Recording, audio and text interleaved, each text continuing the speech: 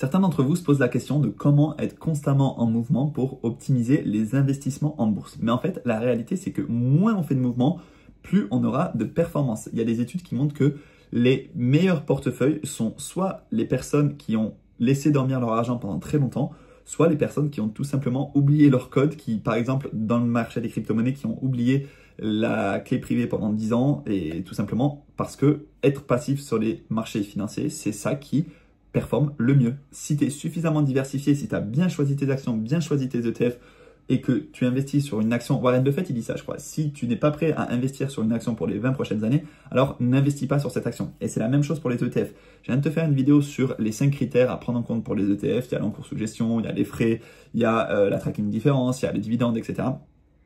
Il faut sélectionner correctement ces actifs, que ce soit des crypto-monnaies, que ce soit des ETF, que ce soit des actions, que ce soit des obligations, que ce soit de l'immobilier fractionné, peu importe la classe d'actifs sur laquelle tu investis, à partir du moment où tu as pris tous les critères que tu as essayé d'optimiser au max et que tu investis là-dessus, eh bien, la seule solution ensuite pour optimiser tout ça, c'est de faire du DCA, c'est-à-dire chaque mois de renforcer, ou tous les 2 mois, ou tous les 6 mois, ou tous les ans, peu importe, de renforcer ses investissements. Par exemple, j'ai choisi mon ETF, j'ai investi sur un ETF du S&P 500 ou un ETF du MSCI World. J'ai trouvé le meilleur ETF du MSCI World qui était éligible à mon PEA, où j'avais les frais les plus petits, où j'ai peu de frais de transaction, où j'ai par exemple une tracking error qui est faible.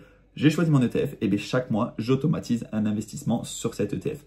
Après, ça ne m'empêche pas évidemment de faire de la veille parce que par exemple, sur un ETF du MSCI World, avant on avait le CW8 de Amundi, qui était un ETF intéressant, mais qui était quand même à un prix assez élevé, donc parfois compliqué pour les petits investisseurs. Et bien Amundi, ils ont décidé d'émettre un nouvel ETF qu'on appelle le DCAM, ça c'est le ticker, on est passé du CW8 au DCAM. Alors les deux existent toujours, mais maintenant le plus intéressant c'est le DCAM. Pourquoi ils ont fait ça? Parce que iShares a décidé aussi d'émettre le WPEA. Et en fait, il y a une concurrence maintenant dans les émetteurs d'ETF qui font que tu peux essayer d'aller optimiser au maximum les frais, l'encours sous gestion, la tracking différence, etc. Donc, il y a beaucoup de choses à regarder constamment, certes, mais une fois que tu choisis ton ETF, ton action, ton actif, peu importe, tu essayes d'enlever le bruit, tu prends quand même l'actualité, mais tu enlèves le bruit et tu fais du DCA. C'est la seule chose à faire. Je le répète dans chacune des vidéos, mais en fait, faire du DCA, réalimenter, remettre un billet dans la machine pour faire travailler les intérêts composés, remettre de la neige dans la boule de neige pour la faire croître de plus en plus vite, c'est la seule solution qui te permettra de faire croître ton patrimoine de manière exponentielle. Plutôt que de chercher à acheter, revendre la bonne action, revendre cette action qui est à la mode, acheter celle-là qui n'est pas encore connue, etc. Non, c'est trop compliqué, c'est impossible de timer le marché, à moins que tu sois à plein temps. Et encore une fois, il y a des études qui montrent, je crois que c'est l'étude Spiva qui montre que 89% des traders sont perdants sur le long terme par rapport à l'indice par rapport à leur indice de référence, tout simplement. Donc finalement, pourquoi se prendre la tête quand on peut investir dans des ETF ou dans des actions qui sont solides? Par exemple, Nvidia, oui, c'est une action à la mode, mais par contre, à la mode parce que l'intelligence artificielle.